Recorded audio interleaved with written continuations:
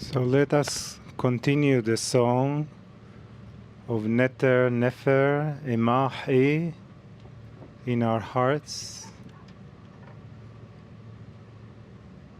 Let us stay in that state of heart as it began all the way back in our journey,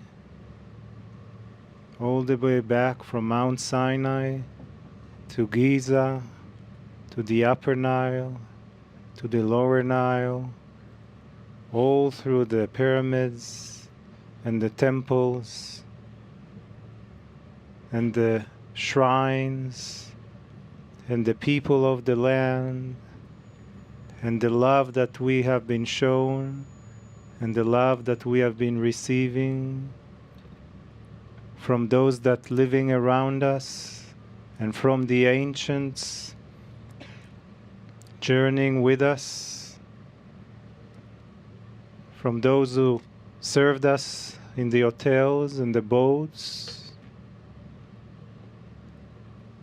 of our guides, of our bus drivers. Everywhere we went, there was love.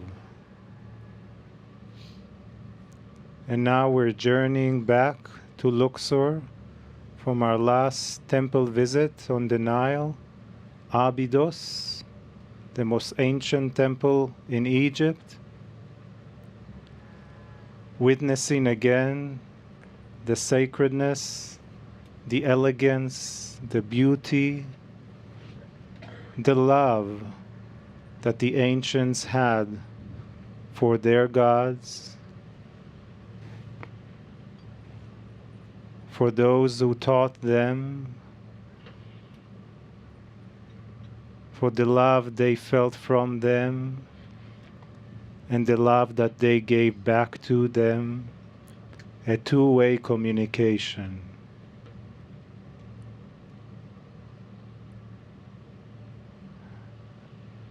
Breathe slowly, deeply into your hearts. Expand it even more. Go to that place that has no beginning and no end, that is always in a circle of love, beyond love, beyond love, always in a journey, just like the Nile we are on now.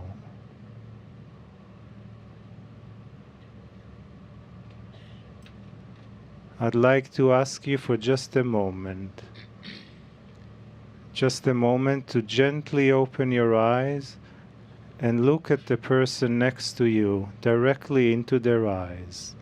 Let the face fade, and for just a moment, connect through the eyes to the soul. Connect through the eyes to the soul, for this soul has been with you on many other journeys. If in other lifetimes, or if not even on earth, we all know each other on a soul level.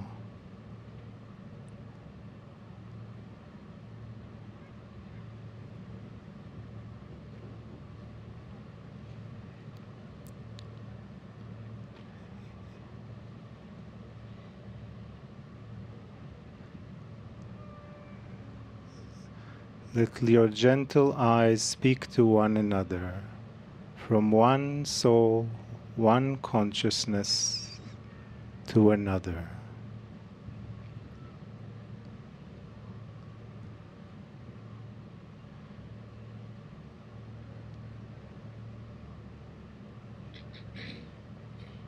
Feel the timelessness of who you are.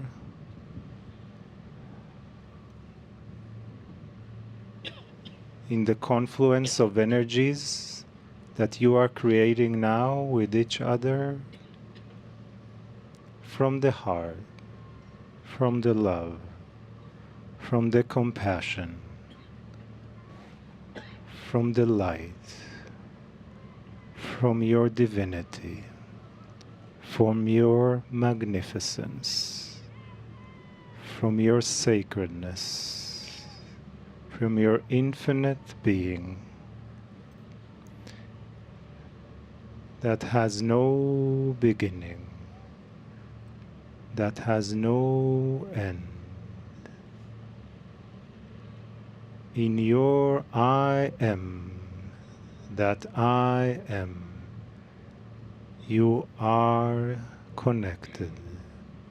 You are in oneness. You are in beingness. You are the love. You are the light. You are the God that you are searching for. All is within you and all is around you. And gently close your eyes again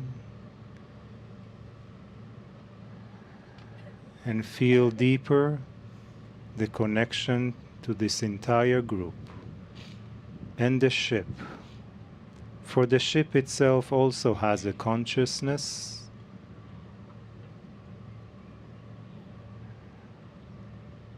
just like the Nile, just like everything around you.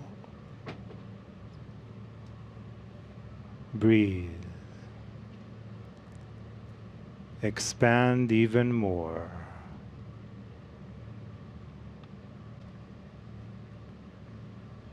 Can you hear and feel and smell the Nile?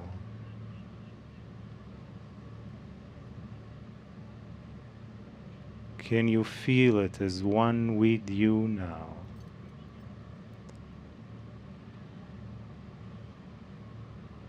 As one, more than two-way communication, as one love, as one love, as one love.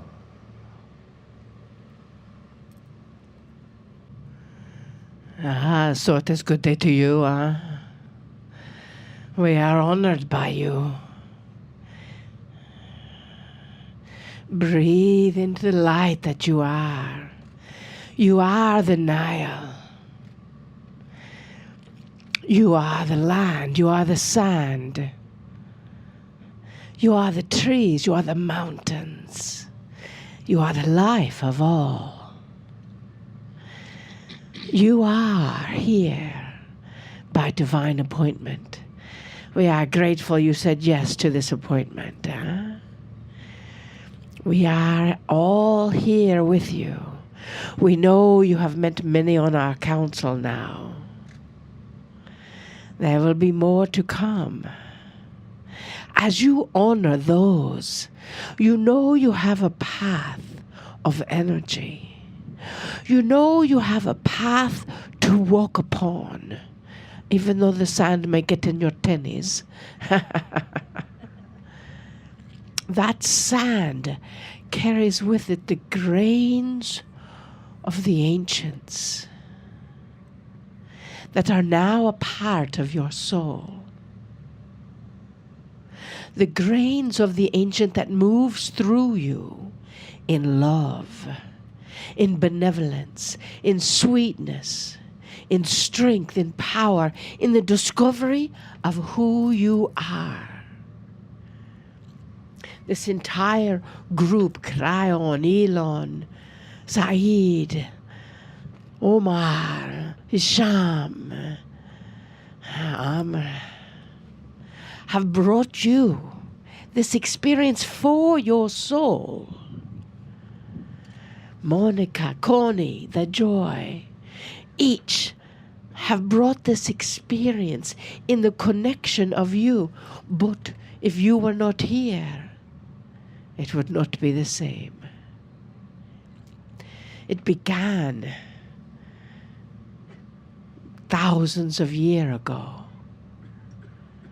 as you brought yourself through the times, the dimensional realms, the beings of light that you are christening the new world that is here. The world that is expanding in peace, the world that is expanding in love, the world that is expanding in truth, the world that is expanding in clarity, the world that could not make up shaking the hand of the ministries of antiquities. It could not make up the synchronicities of watching your path unfold before you.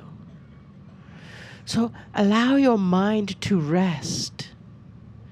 Allow your mind to evolve into a wisdom of nothingness. And allow yourself to listen from your heart only. Please take a deep breath. Ashinoaki and moka alaki ina o a isho akiat no Siknaka Olakmaka Oshomaka Alek Nacheno Kuma Aishioma Alekania Oa Inekenuma Usomatika Makanika Anakuma Ashio Adonai.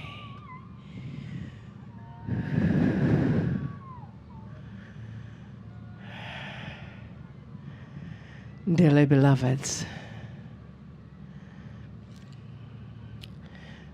through your own heart comes the message of your soul to bring forth this wisdom that you need, that you have, that you hold, to know that you are here for this divine purpose, maybe to write, maybe to sing, maybe to dance, maybe to play, maybe to just be.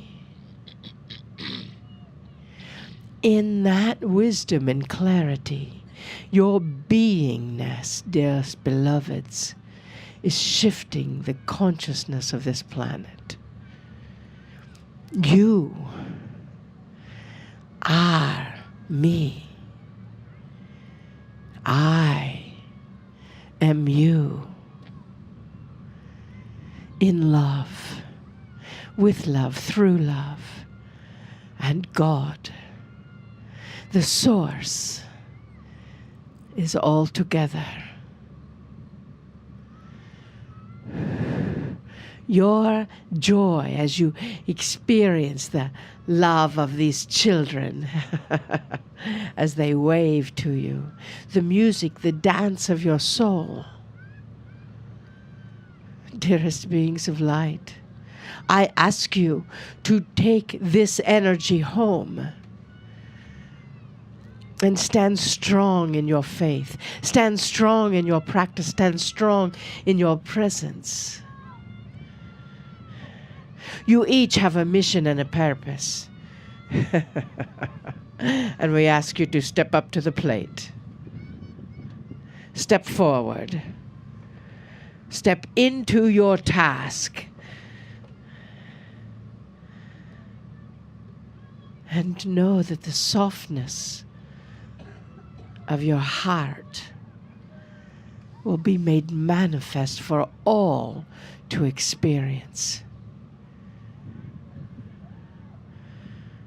And dearest beloveds, we are grateful for you.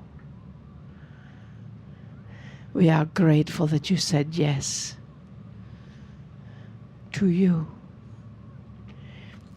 We are grateful that you made the task to the top of the mountain or made the task to your room. Sometimes it was the same. Sometimes even the smallest of steps is the giant one that takes the grain of sand into your heart to remember who you were and to be who you are now. We love you dearly. We see who you are. We see your heart, your light, your soul, your wisdom, your clarity, your doubt, your wondering, your understanding, your asking for confirmation. We see you do the dance. We see you want to do the dance. We ask you to have the courage to dance with your soul. For that is where the joy comes from. We honor you. We love you. We bid you namaste. Greetings, dear ones. I'm Kryon of Magnetic Service. We are close to the end of the journey. We find ourselves on the top of a ship, cruising the Nile on the way to Luxor, and the sun is going down. We have a light breeze blowing, and we're comfortable.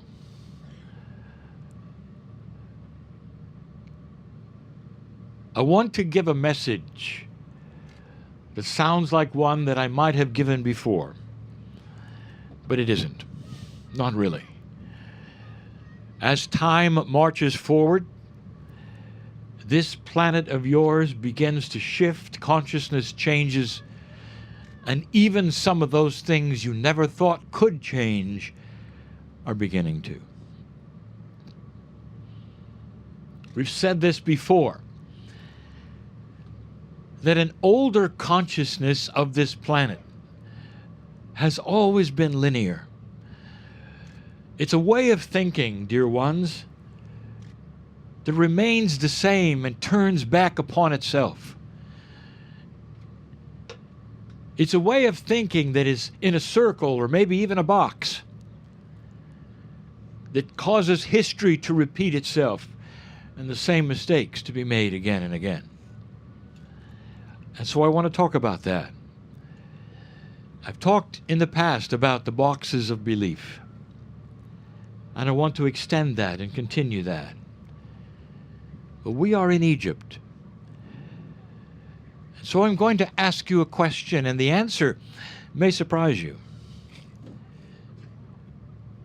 For these weeks we have been together in all the temples we have seen. You might say it's been amazing to see the history of Egypt. And I will tell you this, well, you really didn't. Were you aware that today's visit of Abydos, the oldest Egyptian temple yet found, is the only one that contains history? It is the only one to tell about the lineage of time and pharaohs, and none of the others do. You have visited temple after temple after temple, and they don't give you the history. The guides do. The only thing you see on the walls and the hieroglyphs, the only thing you see is about the belief they had. And the belief they had, dear ones, was that they were only here for a little while. It's about guidance to the afterlife. That's what it's about. They speak of a benevolent God open to everyone. Temple after temple. Think about it. Where did you see history? Where did you see the names of the battles that they won or they lost? Where did you hear about the flooding on the Nile that always occurred? Or perhaps there was a plague or two. None of that was ever given. It is not on the walls. The only thing that is on the walls is instructions to the afterlife. Picture after picture of those gods that represent the creative source, all of them participating in one idea,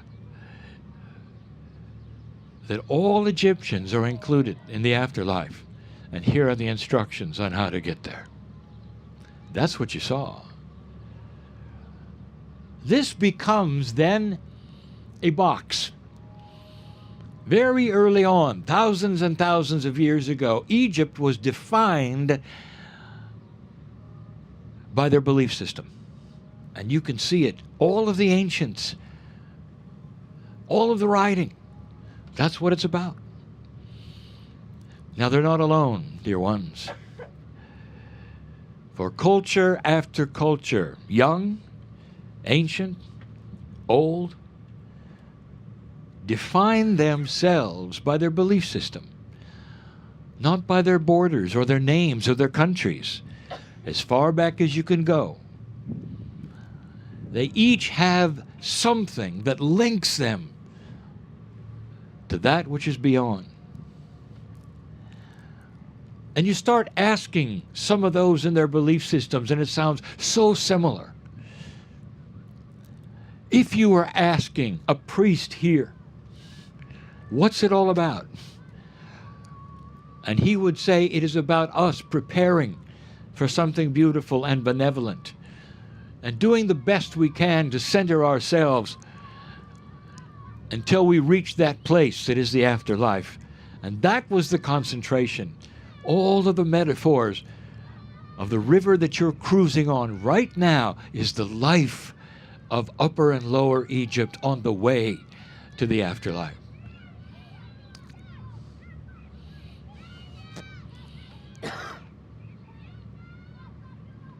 Today, if you ask an Israeli, what is the most profound thing you have? And the Israeli may put their hand on their heart and they would say, when I go to the temple of King David, where he was buried, he said, there's nothing like that. He showed us the one God and the way to the afterlife. You see, the Israelis are filled with the lineage. That is their preciousness.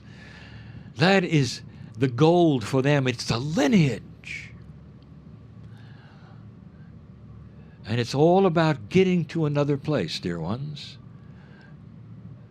If you ask a Navajo right now, today, what are you about? What are you about? And they will immediately bring up their ancestors and they say, there is the lineage of the Navajo. And they would say, this is our belief, and they are the ones that help us to the next life. If you ask a Muslim, tell me about the great Prophet Muhammad, they may put their hand on their heart and say, this is the one that over 1 billion people on this planet believe is the one to lead us to the afterlife. The one that shows us how to live and pray. Is this sounding familiar?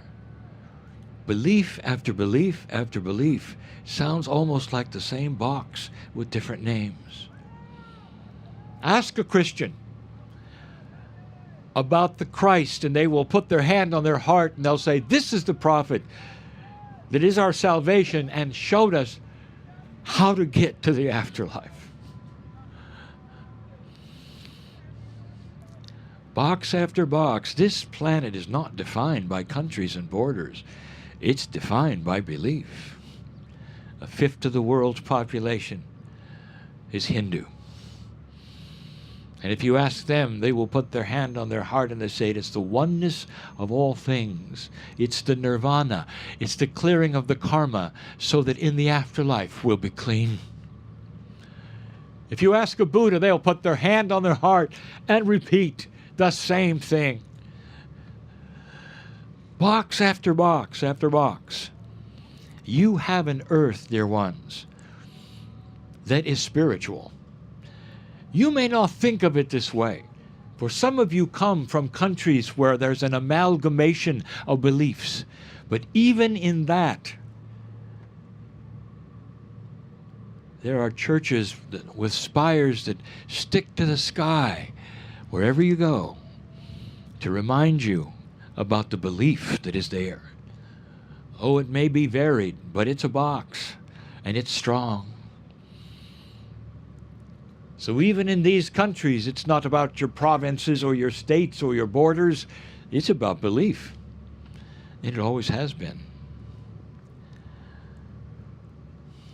What's going to happen?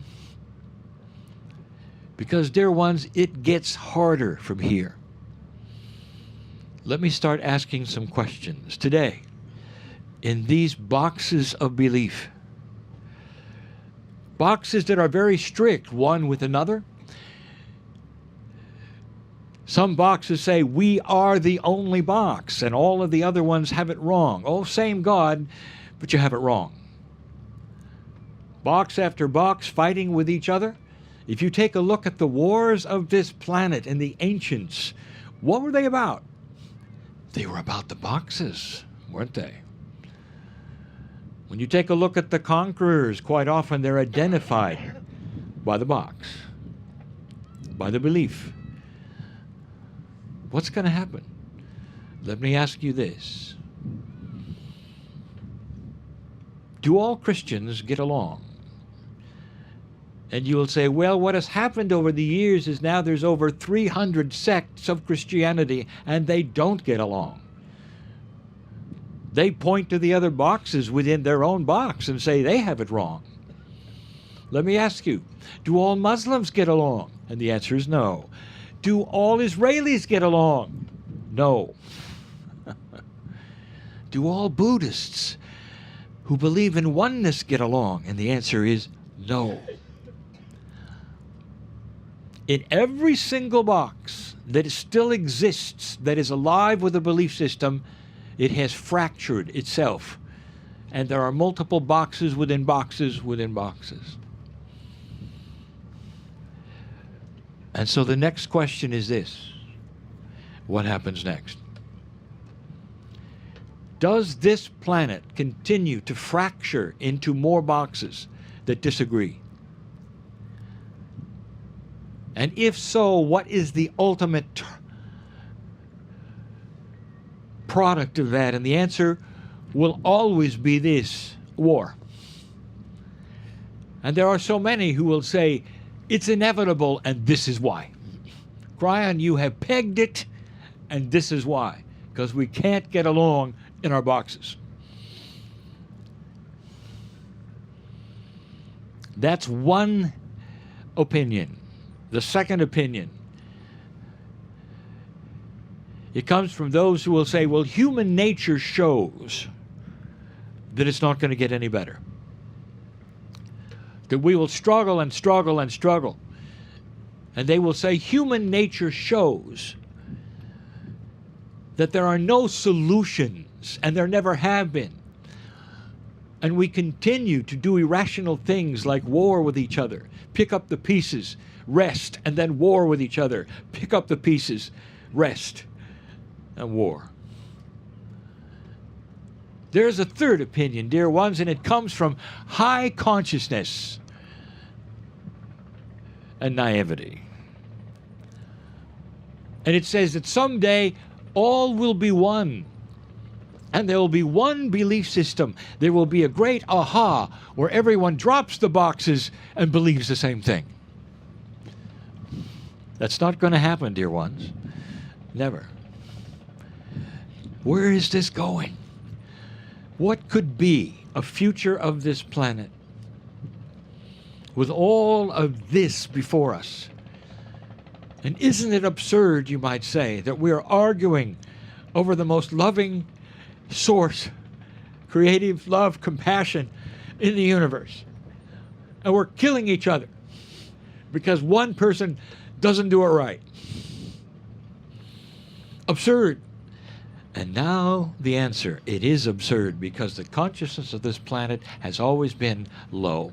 Human nature has always been in the dark. Human nature is so dysfunctional.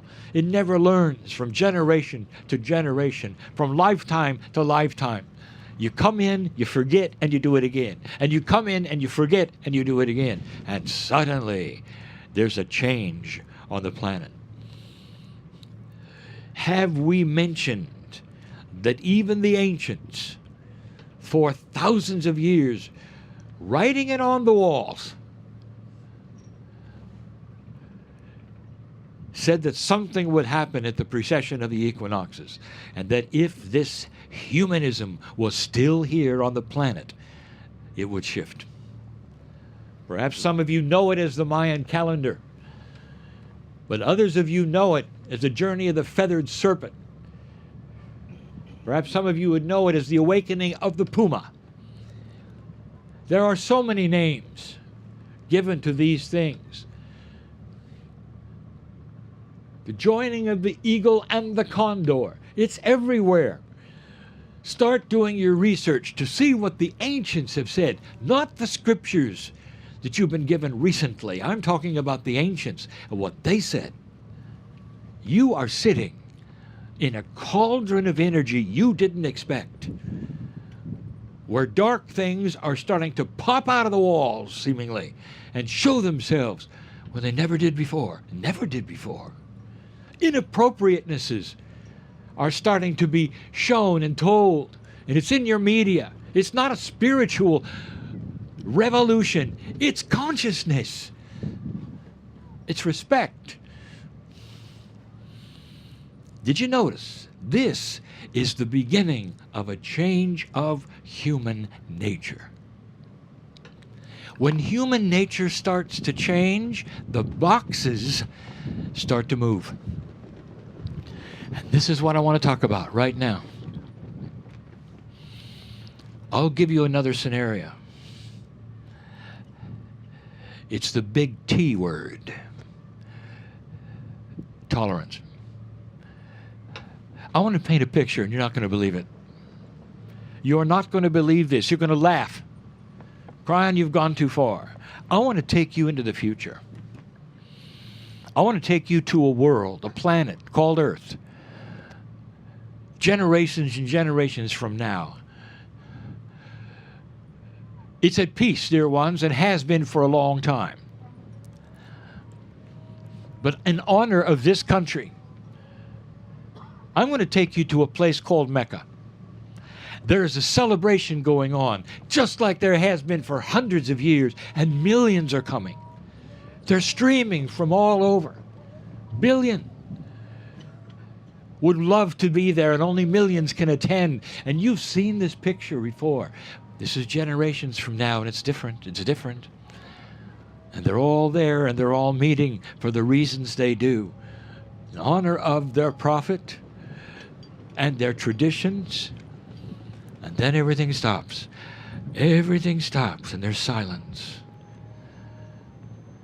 And they make a parting of the ways, and in comes an entourage. And you say, who is this making their way to a special stage? A special stage in an appropriate area that doesn't violate any protocol. A whole group of individuals. And then you realize who they are. It's the Israeli contingent. And they take and they mount the stage, and they sing a song of celebration in honoring of their brothers, the Muslims. You think nothing of singing happy birthday when it's not your birthday to somebody whose birthday it is. Today there's two of you, and you sing and you enjoy it. It's not your birthday, but you sing it because you're proud of them. Do you understand this?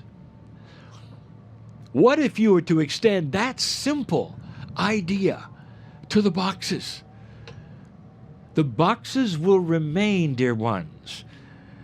But what the difference is they not only will tolerate one another, they will see that which is appropriate. It's okay for cultures to have traditions and prophets because it all leads to the same place.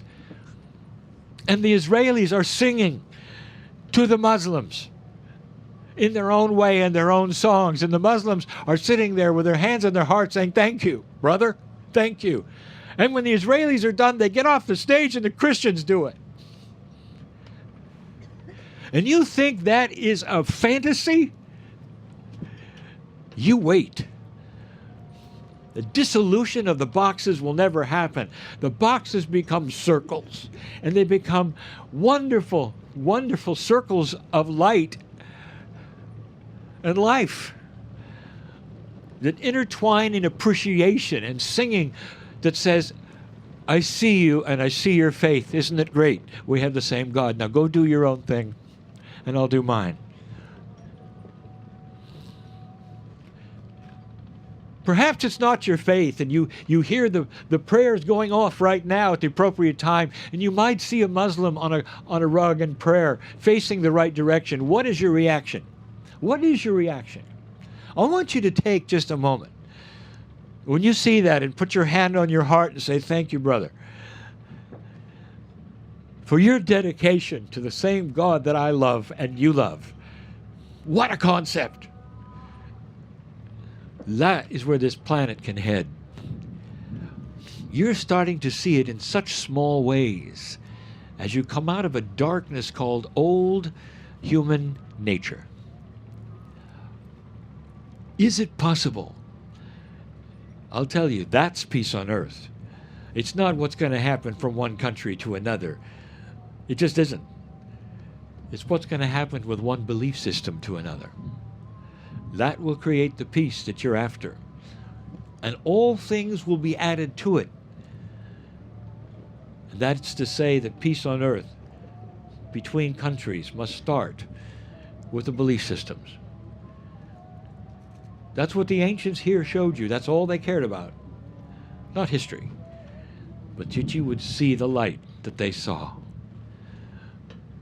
Go from this place hopeful and knowing that you're alive at a very auspicious time,